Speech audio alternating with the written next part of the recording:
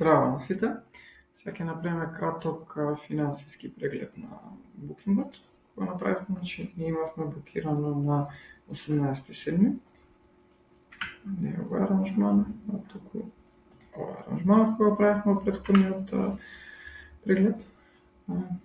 Доколку одиме во финанси и готовински тек, тука можеме да менаџираме со финансиите, односно ги следиме сите доплати.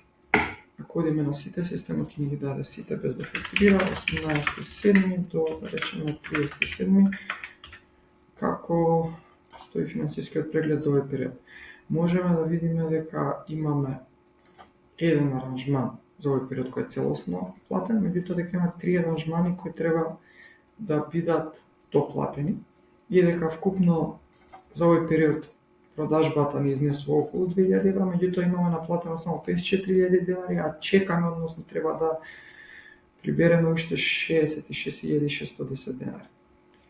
Доколку кликнеме на еден од овие линкови, копчиња, самиот систем ни отвара финансиски преглед на резервацијата.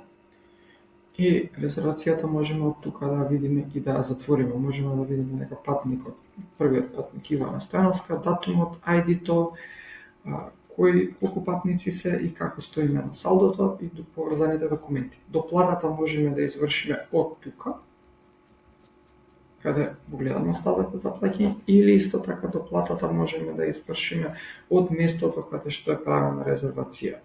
Тука можеме исто да направиме само пребарување по име и кликнеме на страна, системот ни дава аранжмани каде истиот патник е присутен. Ова е тој аранжман. Одиме аванси и одиме до нов аванс и системот ја затвара уплатата. Ево тоа ќе направиме сега. Нов аванс 19.900. Зачувај. Втората уплата дадена, салдото е 0, статусот се менува во платена, бојата се менува исто така во нов тип на боја и доколку одиме во кешфлоу и го направиме истото пребарување, ево аранжманот означен како платен и долгот се намалува. Тоа е тоа на кратко околу доплата и финансиски преглед. Благодарам.